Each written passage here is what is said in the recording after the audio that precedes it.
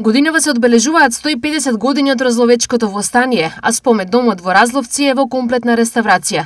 Министерот за култура Зоран Љутков, заедно со директорот на Центарот за култура Златко Начовски, ги следа активностите на обновувањето. Реконструкцијата на овој спомен дом на Разловечко востание е од исклучително значење,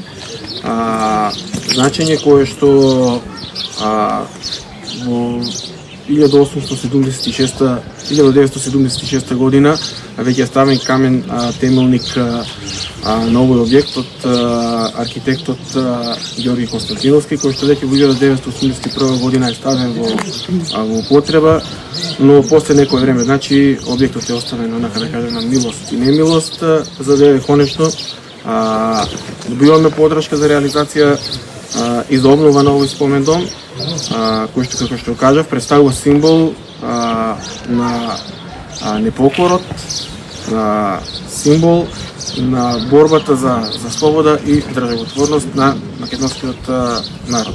Завршувањето на реставрацијата е предвидено до 20 мај, кога ќе се одбележат 150 години од Разловечкото востание. Оваа година славиме 150 години од Разловечкото востание, манифестација која што ќе се издигне на многу повисоко ниво од вообичаеното.